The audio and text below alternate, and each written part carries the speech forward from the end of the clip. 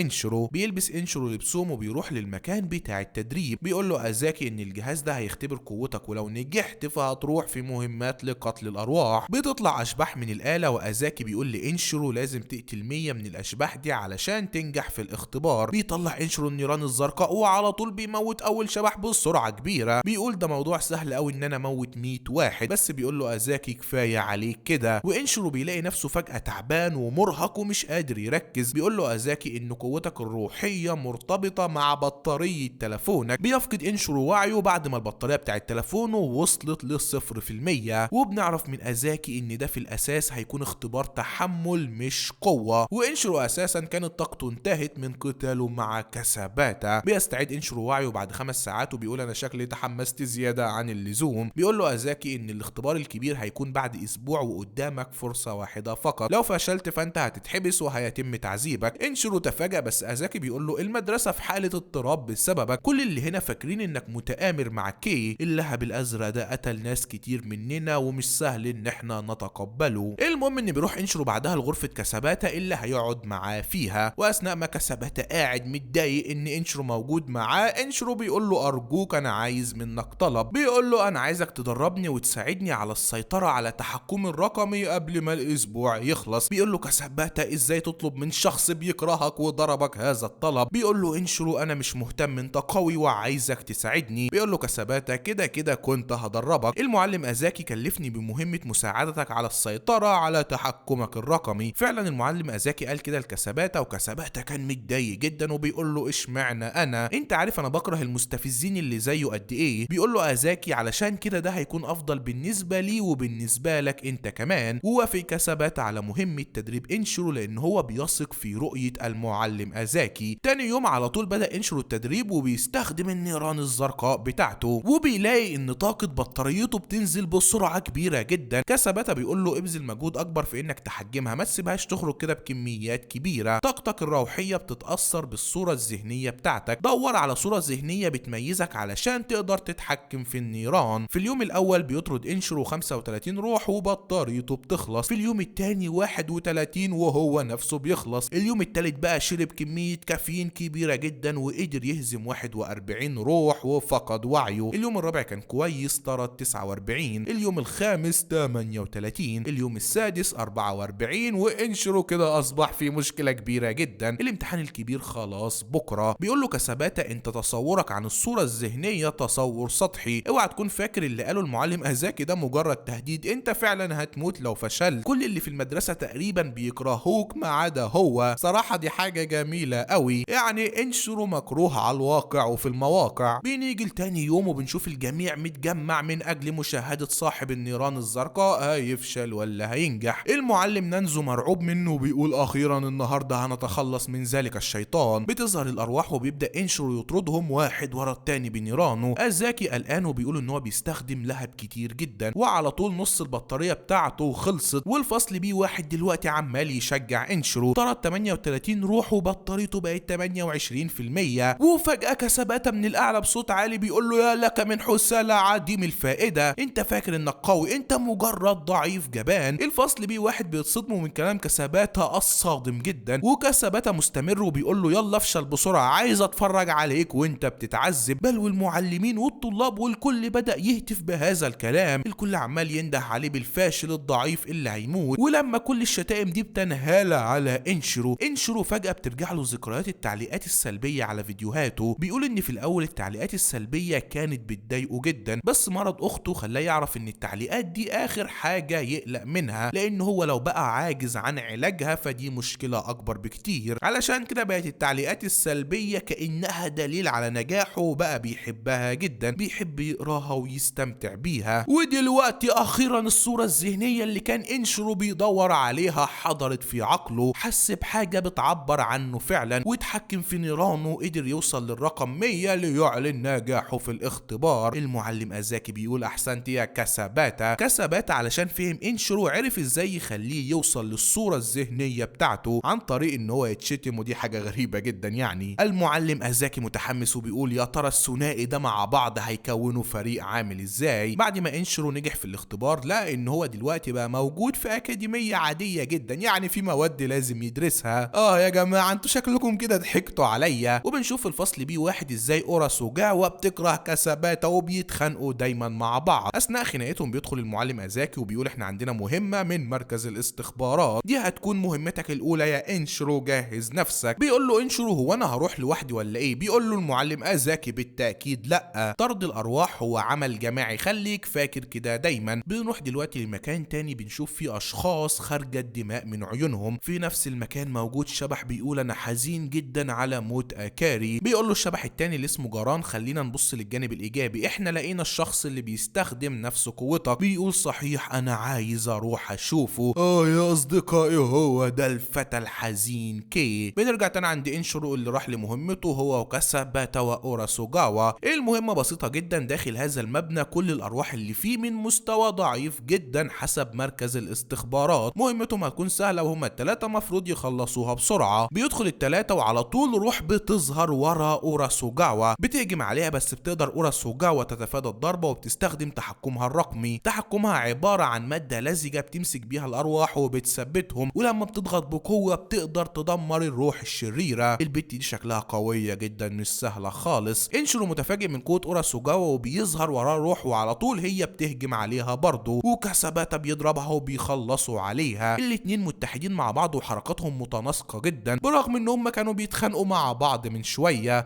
هو ده بقى اللي ازاكي قال عليه الانشرو ان طرد الارواح هو عمل جماعي. الارواح بتظهر والاتنين متناسقين مع بعض وعمالين يخلصوا عليهم. انشرو لسه مبهور بادائهم وبيقول انا لازم اشارك. بيجري من وسطهم بنيران وبيقدر يهجم على روح ويطردها. بيقول ايوه بقى هو ده العمل الجماعي. بس الاتنين بيقولوا له ايه اللي انت عملته ده؟ احنا كنا هنموت لو النيران بتاعتك لمستنا. يا عيني عليك يا انشرو، حتى اصدقائك خايفين يقربوا منك. في نفس المبنى يا اصدقائي في طابق تاني بيكون فيه لصوص بيسرقوا، بس روح شريره كبيره قوي المره دي بتهجم عليهم. والثلاثي بتاعنا لما بيوصلوا للطابق ده بيلاقوا ان فيه ناس ميته، واوراسوغاوا بتهجم على طول على تلك الروح وبتمسكها، وبتظهر الروح دي واللي واضح ان شكلها مختلف وقوتها كمان مختلفه عن البقيه. كاسوباتا بيلاقي ان جروحها بترجع تاني زي ما كانت. بيقول ان الروح دي جواها لعنه. يا الهي، يعني الروح دي من المستوى المتوسط او العالي، قويه جدا وبتتخلص من سيطره اوراسوغاوا عليها بكل سهوله. بتمسك اوراسوغاوا وبتقول لها انت هتكوني الدميه الجميله بتاعتي. بيحاول كاساباتا يهجم عليها بس هي بتضربه ضربه جامده جدا بترميه لورا. انشرو بيقول ايه ده، قوتها عامله كده ازاي؟ بيقول له كاساباتا ان الارواح ممكن تمتلك لعنات جواها، وساعتها بتكون خصم قوي جدا قادر ان هو يشفي الضربات بتاعتك، وعلشان نهزمهم بنعمل خطه ونكون فريق، وانما دلوقتي احنا ممكن نموت. ويا نهار ابيض، الروح بتكسر ايد اوراسوغاوا وبتخليها تصرخ بشكل مش طبيعي. بعدين بتضربها على الارض وبتفقد اوراسوغاوا الوعي. انشرو واقف مصدوم وخايف وبيقول هي ليه مختلفه عن الباقيين. بيقول له كاساباتا اهرب انت وانا هحرر اوراسوغاوا وهلحق بيك. بيهجم كاساباتا ولكن كل ضرباته بدون فايده لان تلك الروح بتشفي كل الجروح. ودلوقتي بتمسك اوراسوغاوا وبتقول انا هفعص دماغ الدميه بتاعتي علشان اعيد تشكيلها. ساعتها بيرمي عليها انشرو دميه مشتعله وبتسقط اوراسوغاوا. على طول كاساباتا بيمسكها. بيقول انشرو لكاساباتا ان المعلم ازاكي قال ان طرد الارواح بيعتمد على العمل الجماعي، انا مش مهتم لو الروح قويه او لا، انا عمري ما هسيب اصدقائي. بيقول له كاساباتا طب يلا نهرب من هنا، وبياخدوا اوراسوغاوا وبيبدا الاتنين فعلا الهرب. ومساعده المعلم ازاكي كاكيو بتحاول تتواصل معاه علشان الروح القويه اللي ظهرت. وجوه المبنى الروح بتدور على الثلاثي وهم دلوقتي مستخبيين. كاساباتا بيقول لانشرو ان نيرانك هتعطلنا كتير اثناء الهروب والقتال. بعدين بيفكر كده وبيقول ثواني. بيروح كاساباتا يمسك النيران بتاعت انشرو وبيلمسها. كاساباتا بيلمس اللهب ولكن مش بيحصل له حاجه. بيقول كاساباتا زي ما توقعت، نيرانك انت مش بتاثر على البشر، نيرانك انت بتاثر فقط على الارواح زي ما نيران كي بتاثر فقط على البشر. وبيلاحظوا ان اللهب اللي رماه انشرو على الروح مش بتقدر تشفي مكانه. بيضحك كاساباتا وبيقول احنا عرفنا ازاي دلوقتي هنهزمها. والروح الشريره دي زهقت من التدوير عليهم وبتصرخ وبتقول اين انتم ايها الاشقياء. وساعتها بيهجم انشرو عليها من الوراء بالنيران، وكاساباتا بيضربها مكان النيران وهي بتبدا تصرخ من الالم. بتقول لهم الروح الشريره ده مش هيكون كافي لهزيمتي، انا هقتلكم وهقتل البنت القبيحه التانيه وهستخدم اجسامكم كالعاب ليا. ولسه هتهجم عليهم ولكن اوراسوغاوا هي اللي بتمسكها وبتقول لها مين القبيحه، انت اقبح روح هشوفها. بتحاول الروح الشريره ان هي تتحرر ولكن اوراسوغاوا الغاضبه مش هتسيبها، وبيهجم عليها انشرو بنيرانه في كل مكان في جسمها. وكاساباتا عمال يضربها بكل قوته والتلاتة بيهجموا هجوم واحد وفعلا بيقدروا يقضوا على تلك الروح. قتال جامد جدا من التلاتة اللي فخورين بنفسهم ان هم هزموا روح بتلك القوة. بيرحلوا واثناء ما هم ماشيين انشرو بيسمع حد من وراه بيقول انا حزين جدا. بيبص وراه بيلاقي كاسوباتا واوراسوجاوا الاتنين الدماء بتخرج من عيونهم. يا الهي على الرعب، انه هنا الفتى الحزين كي بيوصل عند انشرو. نبضات قلب انشرو عماله تتصارع وبيطلع النيران وعلى طول بيهجم على كي، ولكن نيران انشرو مش بتأثر على كي اللي حاوط نفسه بنيرانه. بيقول له كي هو ده بقى افضل حاجه عندك، وبيخليه هو كمان تخرج الدماء من عيونه. بيسقط انشرو وهو مش فاهم ايه اللي حصل له. يا الهي على الرعب والقوه بتاعت كي. انشرو عايز يتحرك ولكنه مش قادر. بيقول له كي انت اللي قتلت اكاري. اكاري دي انا تعبت عقبال ما موتها. انشرو غضبه بيزداد وبيقول لي كي انا مش هسيبك غير لما انتقم منك. بيقول له كي كويس انك عندك حاجه تربطك بهذا العالم، كده بقى اموتك وانا مطمن انك هترجع لي تاني كشبح. بيهجم عليه بنيرانه ولكن رياح قويه بتصد هذا الهجوم. واخيرا بيوصل المعلم ازاكي وبيقول لي كي مالك ومال طلابي. بياخد المعلم انشرو وبيروحوا يفوقوا اوراسوجاوا وكاساباتا. بيهجم عليهم كي ولكن المعلم ازاكي بيصنع جدار يحميهم. بيقول لهم المعلم خليكم بعيد هنا، وبيقول لانشرو احسنت بالصمود سيب الباقي عليا. وباستخدام المروحه الورقيه اللي مع المعلم بيخرج منها السمكه عملاقه. بيهجم على كي هجوم قوي بيرميه للوراء. ضربات المعلم بالمياه قويه جدا وبتطفي نيران كي او على الاقل بتحد من قوتها. وبيرد كي الهجوم بتاعته بالنيران والمعلم بيتفادى الضربات بسرعه كبيره جدا. انشرو مصدوم من سرعته وبيقول المعلم سريع وضرباته جامده قوي. ايه نوع تحكمه الرقمي؟ بيقول له كاساباتا ان المعلم مش بيستخدم تحكم رقمي، هو بيمرر طاقته الروحيه عبر المروحه اللي معاه اللي هي محول رقمي. معظم طاردي الارواح القدامى مش بيستخدموا الهواتف لان تدريباتهم كانت على استخدام طاقتهم الروحيه فقط. علشان كده تم انشاء اكاديميه ميدين علشان تجهز جيل جديد قادر يواجه المخاطر الجديده. وازاكي اللي قادر يقاتل كي فجاه عيونه بتخرج منها الدماء. انشرو قلقان على المعلم بس كاساباتا بيقول له لا تقلق، والمعلم مبتسم رغم الالم وقتاله الصعب جدا بل وهجماته عماله تزداد قوه. كاساباتا بيقول هو ده يومارو ازاكي طارد الارواح العبقري، كان متميز من طفولته وعمل انجازات كتيره بعمر 18 سنه فقط، اهمها قتل روح من فئه الاسطوره اعلى فئه. وازاكي كان اتعرض عليه مناصب عاليه جدا في الدوله ولكنه رفض كل المناصب وقرر ان هو يكون معلم في اكاديميه ميدين. والمعلم ازاكي مستمر في هجماته القويه جدا على كي وبيجهز لاقوى هجوم دلوقتي ولسه هيهجم على كي، ولكن كي فجاه اختفى. وبنشوف ان جاران سحبه لعالم الانترنت. بيسالوا كي ليه سحبتني لهنا؟ بيقول له جاران ان طاقتك كانت هتخلص. كي انسجم في القتال ونسي موضوع الطاقه ده خالص وجاران انقذه. بيقول جاران ان قريبا موضوع الطاقه ده مش هيكون مشكله بالنسبه لنا. والمعلم ازاكي دلوقتي بيطمن على تلاميذه وبيقول لهم ان كي انسحب علشان طاقته كانت هتخلص. ده معناه ان كي ما كانش بيقاتل بكامل طاقته. يا نهار ابيض، امال لما يكون بكامل طاقته هيكون عامل ازاي؟ المهم ان بعد هذه المهمه بنشوف المعلمين في اكاديميه ميدين بيكونوا عاملين اجتماع. بيسالوا ازاكي ليه كي ظهر دلوقتي تحديدا. بيقول لهم اكيد علشان انشرو هو حاليا عايز يموته ويخليه شبح تابع ليه ويكون في شبحين عندهم قدره اللهب الناري، ولكني مش هسمح بكده ابدا. وبنشوف انشرو وكاساباتا واوراسوجاوا التلاتة رايحين علشان يتعالجوا. بيروحوا عند الدكتوره مينا كوتشي علشان تعالج اصابتهم. بتعالجهم عن طريق قدره التجميل بتاعتها الا وهي ان هي بتاخد صوره للاصابه وعلى التليفون بتبدا ان هي تجمل تلك الصوره، ولما تجملها خلاص الاصابه بتختفي. المهم ان بعد ما التلاتة بيتعالجوا بيقولوا احنا لازم نتدرب ونكون اقوى، ولكن الدكتوره مينا بتقول لهم بصوا الاول على بطارياتكم. بيبصوا بيلاقوا بطارياتهم خلاص قربت تخلص. بتقول لهم ارتاحوا دلوقتي، ولكن التلاتة مش بيسمعوا الكلام وبيروحوا يتدربوا تمارين بدنيه علشان يرفعوا من قوه جسمهم. المعلم ازاكي مبسوط بيهم وبيقول ان الحادثه اللي فاتت هتخلي عندهم دوافع اكبر ان هم يكونوا اقوى واقوى. انشرو دلوقتي يا اصدقائي لسه في بدايه رحلته علشان يكون طارد ارواح. هدفه هو قتل كي، ولكن هل هيقدر يوصل لتلك القوه؟ ده اللي هنعرفه ان شاء الله في الاجزاء القادمه من حكايه انشرو. بس بكده نكون وصلنا لنهايه هذا الفيديو اللي اتمنى ان هو يكون عجبكم. اشوفكم ان شاء الله في الفيديوهات اللي جايه وسلام.